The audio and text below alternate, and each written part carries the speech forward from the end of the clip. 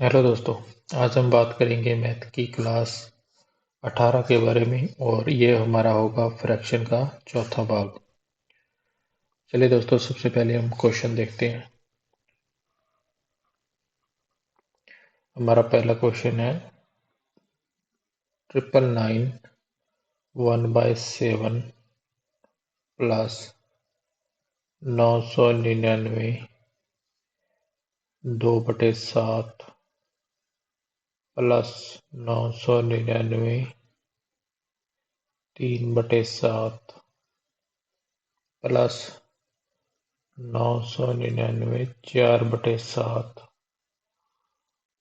इस प्रकार से ये है दोस्तों 5/7 और प्लस में 6/7 तक। 999 से ही 6/7 और का सरलतम रूप है, यानी कि इसको हल करेंगे तो हमारे पास क्या आंसर आएगा। तो हमारे चार ऑप्शंस हैं 5997 5979। थर्ड ऑप्शन है 5994 और चौथा ऑप्शन है 2997।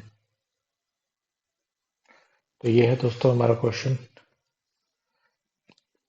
इस क्वेश्चन में दोस्तों हम इस चीज को हल करेंगे जो हमारी फ्रैक्शन दी गई है।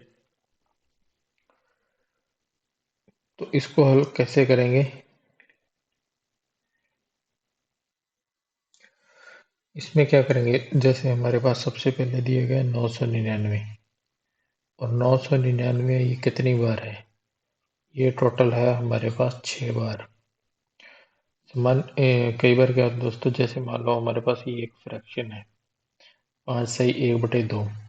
तो इसको हम क्या लिख सकते हैं 5+1/2, यानी कि इस चीज को हम इस प्रकार से लिख सकते हैं। जो ये साइड के अंदर जो भी नंबर होगा इसको हम प्लस में लिख सकते हैं।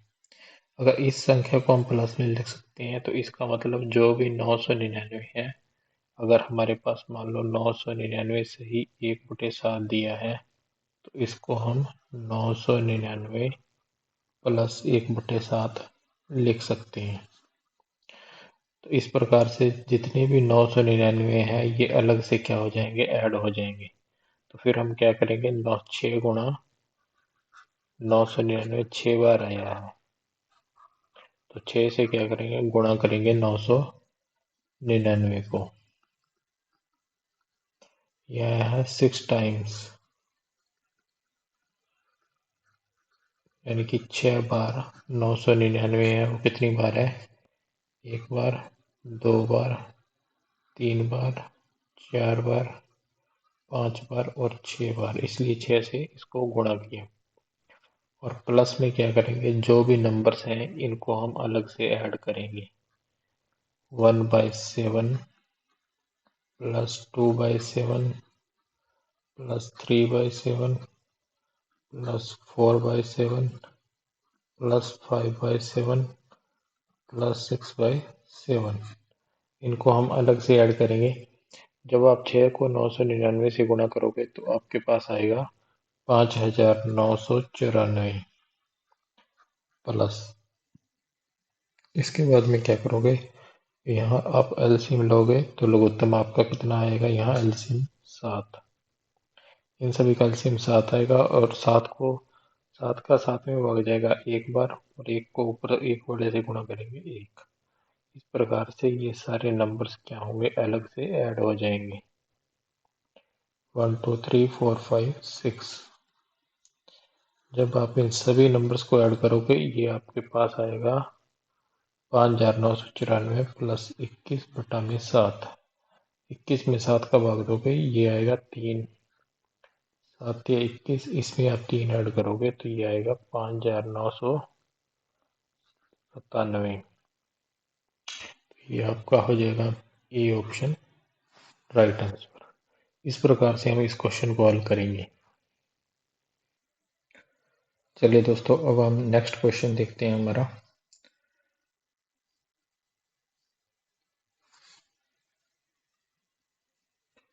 तो ये है हमारा नेक्स्ट क्वेश्चन।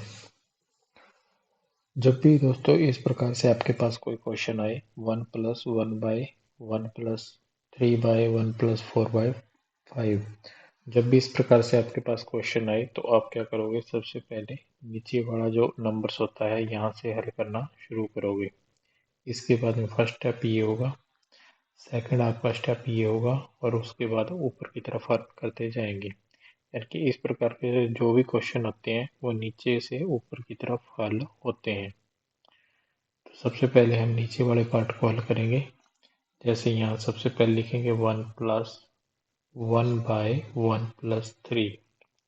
अब इस भाग को आप हल करोगे 1+4/5 को। तो 5 का 1 से मल्टीप्लाई, 5 एकम 5 प्लस 4 9, तो ये आएगा 9/5। तो यहाँ हम क्या करेंगे, इसके नीचे लिखेंगे 9। जो नीचे वाला 5 है, बटा के अंदर जो 5 आएगा वो चला जाएगा ऊपर की तरफ। यानी कि जब भी फ्रैक्शन के अंदर भाग दिया जाता है बटा वाली संख्या में, तो वो संख्या ऊपर की तरफ चली जाती है। तो अब आप नेक्स्ट क्या लिखोगे, 1+1/1+, 5 का नंबर ऊपर की तरफ जाएगा तो ये हो जाएगा आपके पास 15। तो यहाँ नंबर आएगा 15/9। इसके बाद क्या करोगे आप, जो ये नंबर है नीचे बड़ा भाग, इसको हल करोगे। तो इसको 1 प्लस ये भाग है, इसको हल करेंगे 1+15/9 को।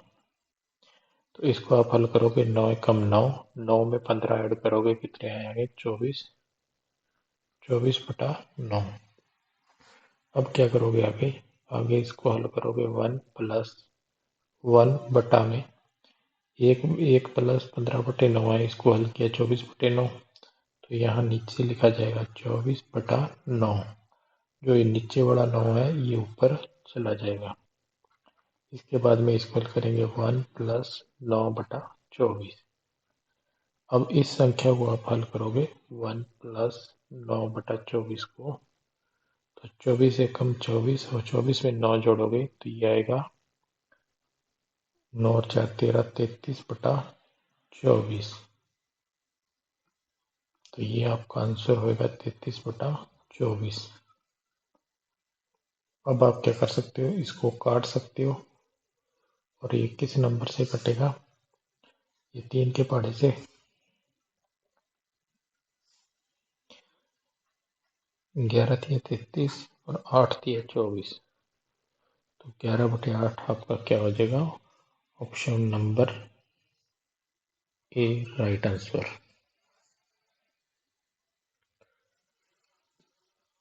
चलिए दोस्तों, अब हम हमारा नेक्स्ट क्वेश्चन देखते हैं।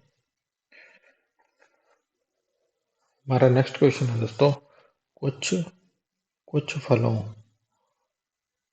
कुछ फलों को 4 विद्यार्थियों पी क्यू आर एस के बीच बांटा गया। कुछ फलों को 4 विद्यार्थियों पी क्यू आर एस के बीच में बांटा गया, और पी को कुल कुल फलों का 3/8 भाग मिला। यानी कि जितने भी टोटल फल थे उसमें से 3/8 भाग पी को मिला। जबकि जबकि क्यू को शेष फलों का 1/5 भाग मिला। पी को कुल फलों का 3/8 भाग मिला, जबकि क्यू को शेष फलों का 1/5 भाग मिला। शेष फल आर व एस के बीच समानतः बांटे गए। आर व एस के बीच समानतः, शेष फलों को समानतः बांटा गया। यानी कि जितने आर को फल दिए गए उतने ही फल एस को दिए गए। और सभी फलों का कौन सा भाग आर को मिला। यह है हमारा क्वेश्चन। हमने बताना है कि आर को कितना भाग, टोटल फलों का कितना भाग आर को मिला। तो इसके लिए हम क्या करेंगे दोस्तों, सबसे पहले हम देखते हैं कि जो पी को कुल फलों का 3/8 भाग मिला है। तो पी को मिला है हमें कुल फलों का 3/8 भाग। अब दोस्तों नेक्स्ट बात की गई है कि Q को जो फल मिले हैं वे मिले हैं शेष फलों का 1/5 भाग, यानी कि जो शेष फल बचेंगे उसका 1/5 भाग शेष फलों का, यहाँ लिखा हुआ शेष। तो शेष फलों का 1/5 भाग Q को दिया जाएगा। तो P को अगर 3/8 फल मिलते हैं तो शेष फल हमेशा ही कुल फल कितने होते हैं, एक में से अगर हम माइनस करेंगे तो शेष फल निकल के आएंगे। तो टोटल फल हमेशा ही संख्या कभी भी आपको फ्रैक्शन के अंदर माननी हो तो आप टोटल संख्या एक मानोगे। तो एक में आप माइनस करोगे 3/8। तो P हमारा कितना है 3/8, क्योंकि P को कुल फलों का 3/8 भाग मिला है। अब जो शेष बचेंगे वो A1 माइनस 3/8 होंगे। एक में से आप 3/8 को माइनस करोगे, ये बचेगा 5/8, यानी कि शेष फल कितने बचेंगे 5/8। अब दोस्तों क्या है कि जो शेष फल हमारे बचे हैं उसका 1/5 भाग Q को दिया जा रहा है। तो Q को जो फल मिल रहे हैं वे मिल रहे हैं शेष फलों का 1/5 भाग, यानी कि जो शेष फल है 5/8 उसका 1/5वां हिस्सा Q को दिया जा रहा है। तो 5/8 गुणा में 1/5। अब आप इसको हल करोगे, 5 से 5 कटेगा, 1/8 बच जाएगा। तो जो Q को फल दिए जा रहे हैं वे हैं 1/8। P को फल दिए जा रहे हैं कुल फलों का 3/8 और Q को दिए जा रहे हैं 1/8। अब दोस्तों इसके बाद जो शेष फल हैं वह R व S के बीच में समानता बांटे गए, यानी कि R व S के बीच R व S को समान भागों में फल प्राप्त हुए हैं। तो इसका मतलब जो शेष फल बचेंगे वो हमारे कितने हो जाएंगे। इसके बाद में हम शेष जो फल हैं वो कितने होंगे। तो शेष फल हमारे पास बचेंगे, जैसे यहाँ हमारे पास 5/8 बचा था शेष, उसमें से 1/5 हिस्सा Q को गया तो हमारे पास शेष कितने थे 5/8। तो 5/8 तो हमारे पास शेष थे, उसके अंदर 1/8 भाग हमने Q को दे दिया। तो अब हमारे पास शेष बचेंगे 4/8, यानी कि 1/2। 4/8 बचेंगे शेष, इसको आप काट सकते हो, इस 4/8 को काट सकते हो। 4 एकम 4, 4 दूनी 8। तो आपके पास क्या आएगा 1/2। अब आपके पास में शेष फल जो है वो है 1/2, और 1/2 के बाद में क्या है कि इसने पूछा है सभी फलों का कौन सा भाग R को मिला। तो शेष फल हमारे पास 1/2 है। तो अब इसके बाद में इसके आगे R व S के बीच में अगर समानता बांटे गए हैं तो 1/2 के अगर आप दो हिस्से करोगे R और S को क्या मिलेगा, समान मिलेगा, यानी कि इक्वल मिलेगा। तो 1/4, 1/2 की अगर आप और आधा करोगे इसको तो ये आएगा 1/4। तो 1/4 हिस्सा R को मिलेगा और 1/4 हिस्सा ही S को मिलेगा, क्योंकि शेष फल हमारे पास 1/2 है। फ्रैक्शन में देखने में थोड़ा सा अजीब लगता है दोस्तों, क्योंकि 1/4 संख्याएं अलग अलग हो जाती हैं। जैसे R और S को 1/4 1/4 मिलेगा, अगर आप इन दोनों को ऐड करोगे तो ये वापस कितना आएगा, नीचे 4 ऊपर 2, वापस 1/2 बन जाएगा। तो यानी कि 1/2 जो शेष फल थे हमारे पास, शेष फल कितने थे 1/2। और इसका क्या करेंगे हम, अगर 1/2 का आधा करेंगे तो 1/2 का आधा होगा 1/4। 1/2 को आधा करोगे 1/4, यानी कि 1 रुपए का चौथा हिस्सा, यानी कि 25 पैसे, और 1/2 होता है 50 पैसे। इस प्रकार से जब भी इस फ्रैक्शन के अंदर भिन्न के अंदर संख्याओं को आधा किया जाता है तो नीचे वाला नंबर जितना बड़ा होगा वह संख्या उतनी ही छोटी होगी। ये बात हम इसी चैप्टर के शुरुआत में पढ़ चुके हैं। जब इस चैप्टर को शुरू किया गया था भिन्न वाले चैप्टर को, तो हमने शुरुआत में देखा था कि कौन सी छोटी भिन्न होती है और कौन सी बड़ी होती है। इस चैप्टर को हमने डिटेल में इस चीज के बारे में बात कर चुके हैं। चलिए दोस्तों देखते हैं हम हमारा अगला क्वेश्चन, नेक्स्ट क्वेश्चन। ये है हमारा दोस्तों नेक्स्ट क्वेश्चन। 2 बराबर में x प्लस 1 बटा में 1 प्लस 1/3 प्लस 1/4 तब x का मान है। यानी कि हमें क्या बताना है, x की वैल्यू बतानी है कि x की वैल्यू यहाँ पे कितनी आएगी। तो ये है हमारे 4 ऑप्शन। तो जब भी मैंने पहले आपको एक क्वेश्चन करवाया था, ये वाला क्वेश्चन 1 प्लस बटा में 1 प्लस, इस प्रकार से जब भी हमारे पास भिन्न होगी तो हम क्या करेंगे, सबसे पहले इस नीचे वाले भाग को हल करेंगे, उसके बाद में इस भाग को हल करेंगे और उसके बाद सबसे ऊपर वाले भाग को हल करेंगे। यानी कि हल करने का जो तरीका होगा वो ये होगा हमारा कि हम नीचे से ऊपर की तरफ हल करेंगे जब भी इस प्रकार से क्वेश्चन आएगा। तो इसी क्वेश्चन में हम इस क्वेश्चन में भी हम सेम तरीका अपनाएंगे, नीचे वाले पार्ट को हल करते हुए ऊपर की तरफ जाएंगे। चलिए दोस्तों, इस क्वेश्चन को सबसे पहले देखते हैं। 3 प्लस 1/4 को हल करके कितना आता है। 3 प्लस 1/4 को आप हल करोगे, 4 तिया 12 और 1 13, 13/4।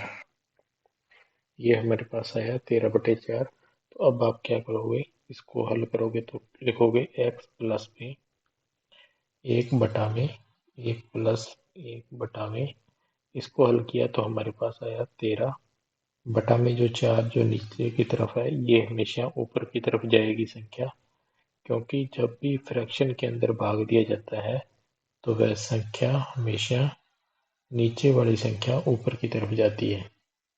तो अब आप इसको क्या करोगे, 1 प्लस 1/1 प्लस 4/13 लिख सकते हो। अब नेक्स्ट क्या करेंगे, हम 1 प्लस 4 से 4/13 को हल करेंगे। 1 प्लस 4/13, 13 एकम 13 और 4 17, तो ये आएगा 17/13। तो अब आप इसको लिखोगे x प्लस 1 बटा में, तो ये 17 यहाँ 13 आ जाएगा।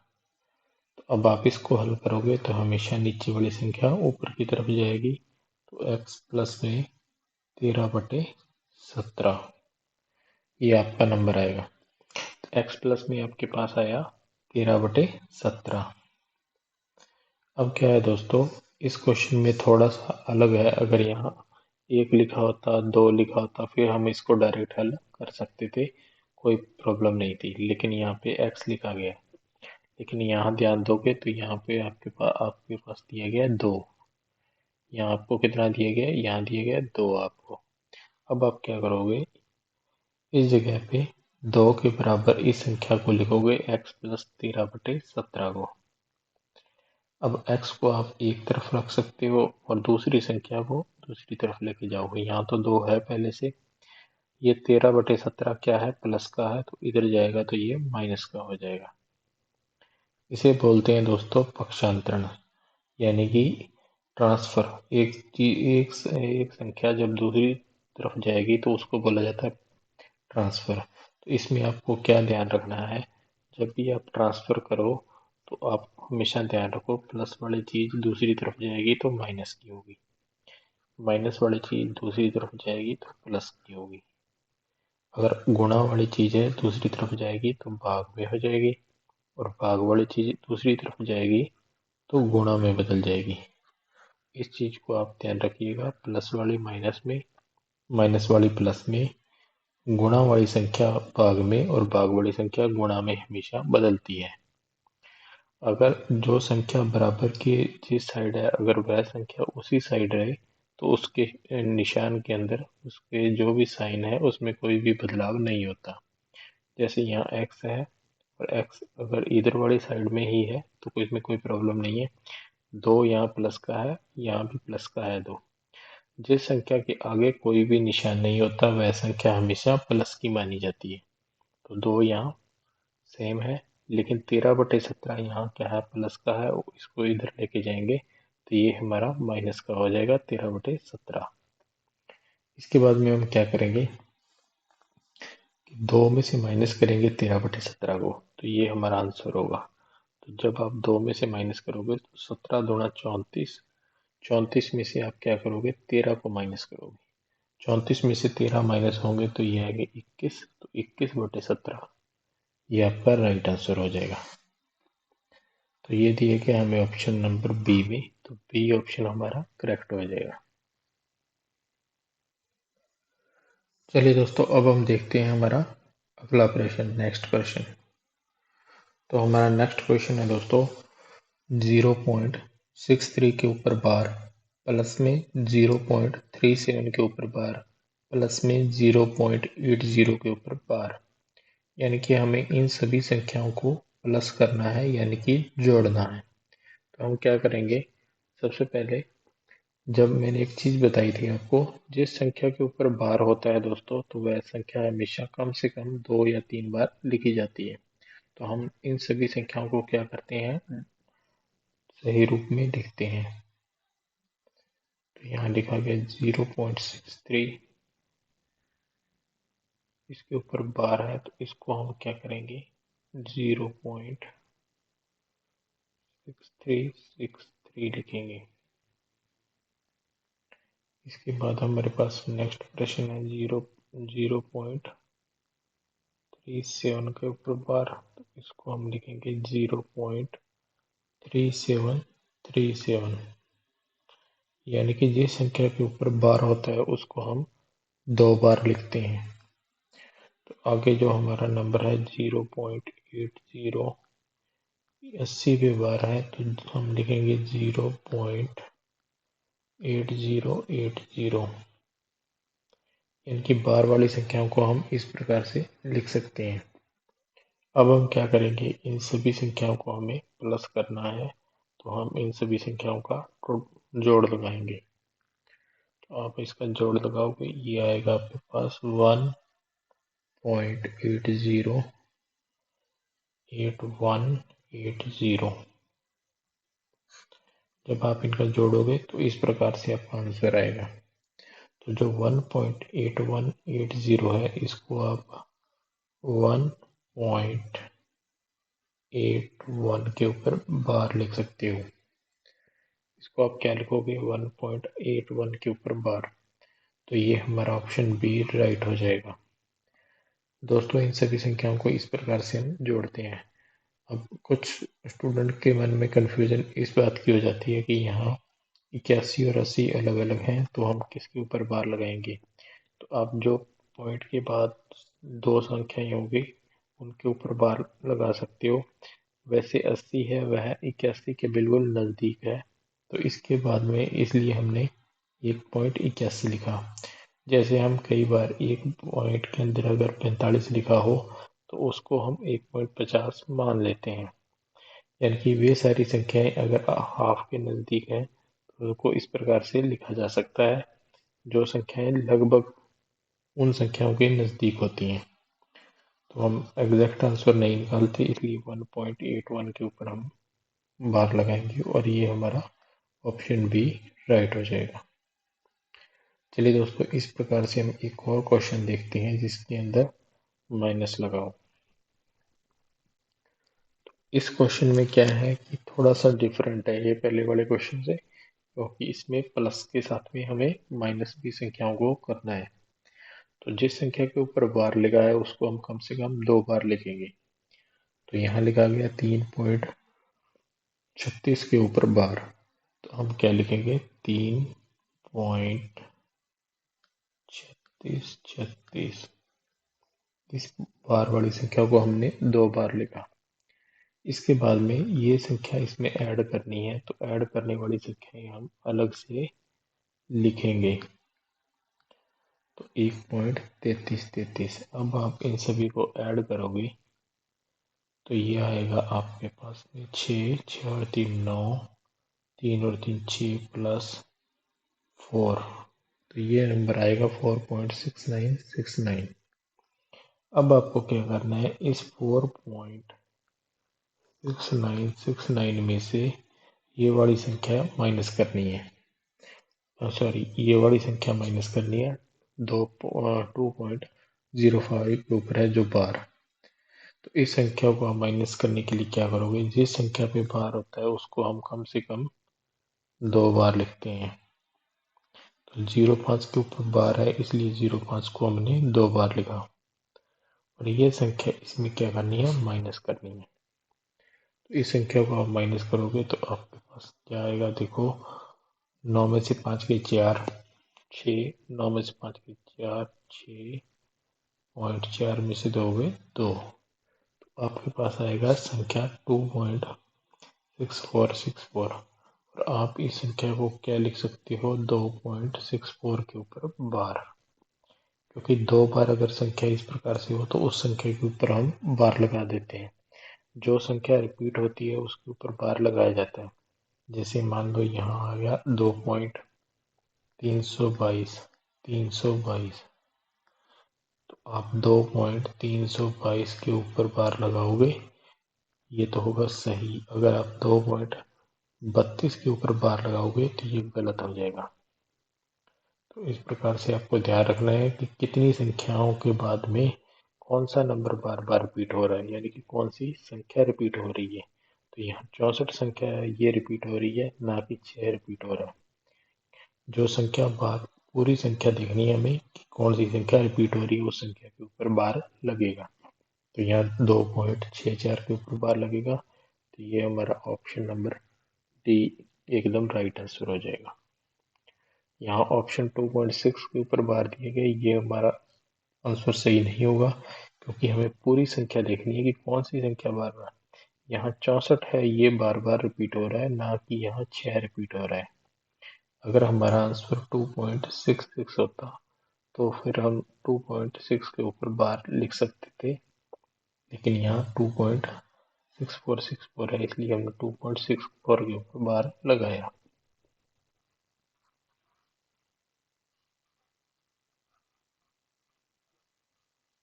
चलिए दोस्तों, अब हम देखते हैं हमारा अगला प्रश्न। तो ये है हमारा नेक्स्ट क्वेश्चन।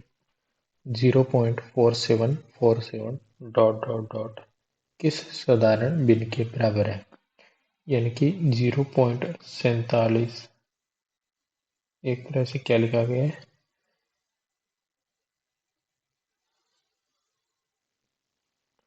यहाँ थोड़ी मिस्टेक है, इस यहाँ 7 लिखा गया है, 7,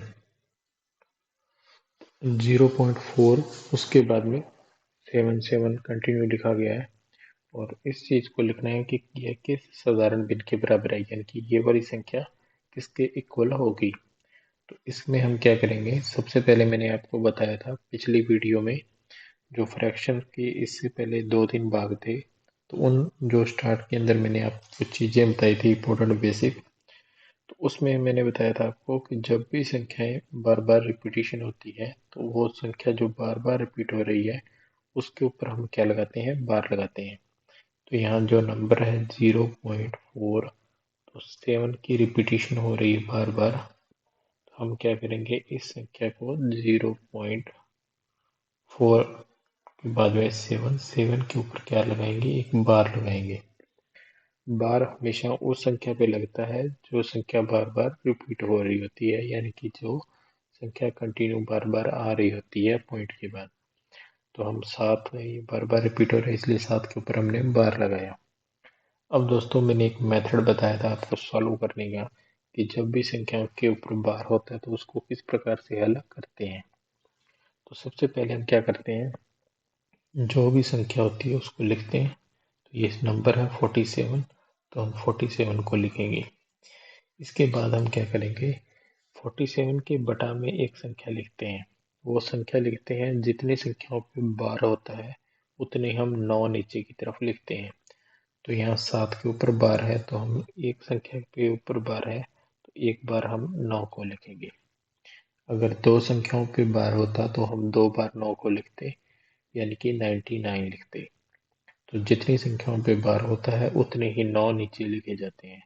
यह चीज हमने इसी चैप्टर के इससे पहले वाले वीडियो में बता चुके हैं, पूरा अच्छे तरीके से एक्सप्लेन किया है। अगर आपने पहले वाली वीडियो नहीं देखी तो उस पहले फ्रैक्शन वाले जो शुरुआत के पार्ट है, पार्ट 1 पार्ट 2, उनको देखिए ताकि आपको ये चीज़ें अच्छे से समझ में आ सके। तो एक संख्या के ऊपर बार है, इसलिए हमने एक बार 9 को नीचे लिखा। अब बिना बार वाली संख्याएं देखेंगे तो 4 है, ये हमारी बिना बार वाली संख्याएं हैं। तो बिना बार वाली संख्या कितनी है? 1 है। तो एक हम जीरो लगाएंगे। एक क्या लगाएंगे? जीरो लगाएंगे।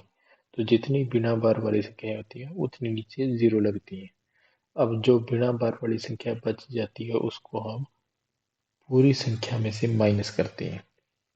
तो 47 में से 3 गए, ये आएगा 43 और नीचे आएगा 90। तो 43/90 हमारा ऑप्शन सी राइट आंसर हो जाएगा। तो जितने बार, यह चीज आप नोट कर लीजिए, वैसे तो मैं हमने पहले इसी चैप्टर में बता चुके हैं। जितने बार उतने 9 और बिना बार उतने जीरो यानी कि शून्य। तो जितने बिना बार वाली संख्याएं हैं उतने नीचे शून्य लगेंगे और जितने बार हैं, जितनी संख्याओं के ऊपर उतने ही नीचे 9 लगेंगे और बिना बार वाली संख्या हम माइनस करेंगे। इस बात का आप खास ध्यान रखिएगा कि जो बिना बार वाली संख्याएं होती हैं वह पूरी संख्या में से माइनस होंगी। चलिए दोस्तों, अब हम देखते हैं हमारा नेक्स्ट क्वेश्चन। हमारा नेक्स्ट क्वेश्चन है 2.4 के ऊपर बार गुणा में 0.6 के ऊपर बार मल्टीप्लाई 3 गुणा में 0.16 के ऊपर बार और गुणा के बाद में है 0.27 के ऊपर बार गुणा 0.83 के ऊपर बार और फिर है भाग 0.16 और 6 के ऊपर बार। तो ये दोस्तों हमारा क्वेश्चन। सबसे पहले हम सभी बार वाली संख्याओं को हल करेंगे जिन संख्याओं के ऊपर बार लगा हुआ है। तो हम क्या करेंगे, पहले इसमें हल करेंगे 2। अब आप 0.4 के ऊपर बार है तो जितनी संख्याओं पे बार होता है उतने ही हम 9 नीचे की तरफ लिखते हैं। तो यहाँ हमारा 4 के ऊपर बार है तो यहाँ एक संख्या के ऊपर बार है पॉइंट के बाद, तो हम एक बार 9 को नीचे लिखेंगे। इसके बाद दोस्तों गुणा में 6 के ऊपर बार है तो हम क्या करेंगे, 6/9 लिखेंगे। जितनी संख्याओं पे बार होता है उतने ही 9 नीचे की तरफ लिखे जाते हैं। इसके बाद गुणा में 3 गुणा, अब 0.166 के ऊपर क्या है, बार है। जब आप 0.166 को हल करोगे तो क्या करोगे, यहाँ जो संख्या दी गई है पूरी संख्या है 16 बटा में नीचे की तरफ क्या लिखेंगे, सबसे पहले ऊपर की तरफ पूरी संख्या लिखी जाती है, उसके बाद में नीचे की तरफ जितनी संख्याओं पे बार होता है उतने ही 9 लिखे जाते हैं।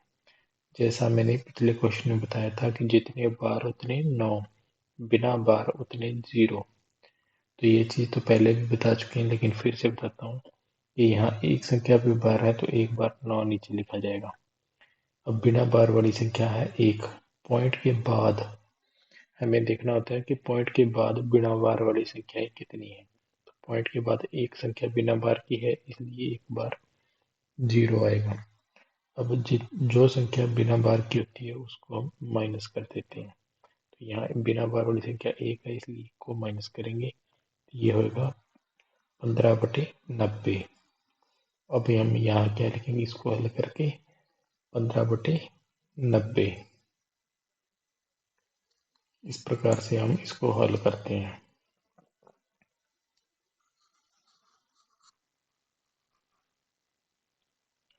तो यहाँ फिर ब्रैकेट लगाएंगे, यहाँ है 0.27 के ऊपर बार, तो जितनी संख्याओं पे बार है उतने हम 9 नीचे की तरफ लिखते हैं। तो 27/99, फिर गुणा के बाद 0.83 के, सिर्फ 3 के ऊपर बार है, 3 के ऊपर बार है, 8 के ऊपर बार नहीं है। तो इसको हम कैसे हल करेंगे, जिस संख्या पे पहले तो वह पूरी संख्या लिखी जाती है, तो 0.83 के ऊपर बार है, पहले पूरा नंबर लिखा जाएगा, नीचे की तरफ जितनी संख्या पे बार है वह 9 लिखे जाएंगे, बिना बार वाली संख्या उतने 0 और माइनस में बिना बार वाली संख्या।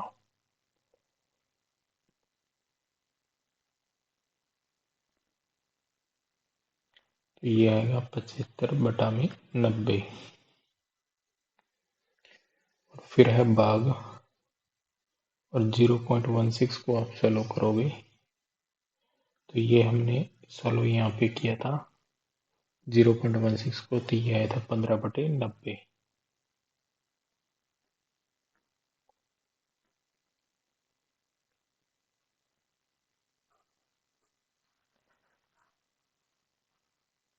अब दोस्तों इसको बिल्कुल सिंपल तरीके से हल कर सकते हैं आगे, जैसा कि हम और क्वेश्चंस को हल करते हैं जो कि सिंप्लीफिकेशन के होते हैं।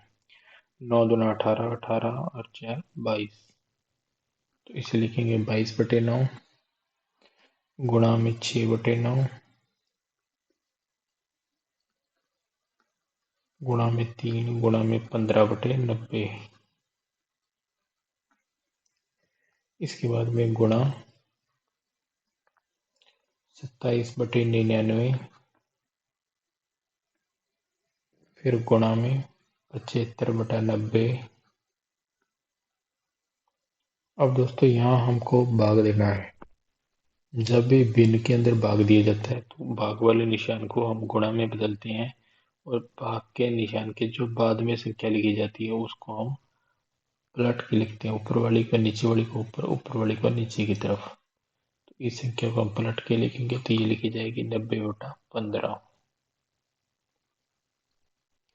इसके बाद में दोस्तों हम अब इसको जो भी कटता है इसमें से काट सकते हैं। तो आप देखोगे यहाँ 3 से इसको काट सकते हो आप। 3 3 को काटोगे, इस पे 3 बार कटेगा, और फिर 3 से काट दो 2 बार कटेगा। 3 दूना 6, 2 से काटोगे इसको 45 पे। 15 को यहाँ से काट सकते हो, 15 3 45। तो ये 9 22/9 3 27। तो 22 क्या आएगा आपके पास, 27 आ जाएगा। और इसके बाद में गुणा में अब हम क्या करेंगे, इन चीज़ों को हल करेंगे। तो 90 से 90 कट जाएगा, 15 पंजे 75। तो ये बचेगा 27/99 गुणा में 5। अब दोस्तों इसको आगे आप हल करोगे इस चीज को पूरे को। ये था हमारे पास 22/27 गुणा 27/99 गुणा में 5। 27 से 27 कैंसिल हो जाएगा, आपके पास बचेगा 22 110।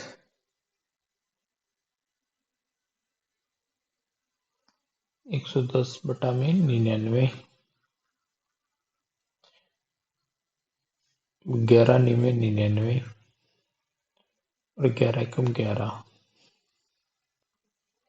अब आप इसमें भाग दोगे 10 में 9 का, तो ये जाएगा 1.111 ऐसे कंटिन्यू। तो एक पॉइंट में 1 1 कंटिन्यू आ रहा है, तो इसलिए हम इसको लिखेंगे 1.1 के ऊपर बार। यानी कि जो संख्या बार बार रिपीट होती है उस संख्या के ऊपर हम बार लगाते हैं। तो 1.1 के ऊपर हमने बार लगाया, तो ये हमारा option number C right answer हो जाएगा।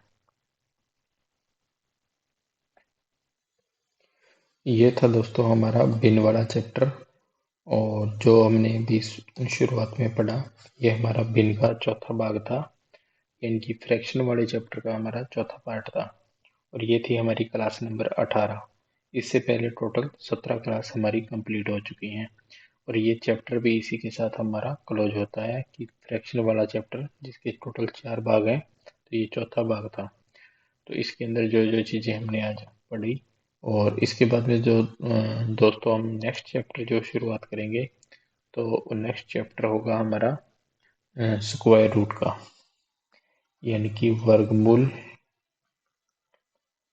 वर्गमूल और घनमूल का, यानी कि वर्गमूल और घनमूल का चैप्टर शुरू करेंगे, और देखेंगे कि किस प्रकार से संख्याओं के वर्गमूल और घनमूल निकाले जाते हैं, और कैसे कैसे उन पे क्वेश्चन आते हैं। तो इसको बोलते हैं square root, square square roots and cube roots. इस चैप्टर को हम शुरू करेंगे वर्गमूल और घनमूल को। ओके दोस्तों, मैं फिर करते हैं नेक्स्ट चैप्टर स्टार्ट, वर्गमूल और घनमूल का। अगर आपको यह वीडियो अच्छी लगी तो इस वीडियो को आप लाइक कर सकते हैं। अगर आप हमारे चैनल को पहली बार देख रहे हैं तो इसको आप सब्सक्राइब कर सकते हैं। और इस वीडियो को देखने के लिए आपका थैंक यू। मिलते हैं नेक्स्ट वीडियो में।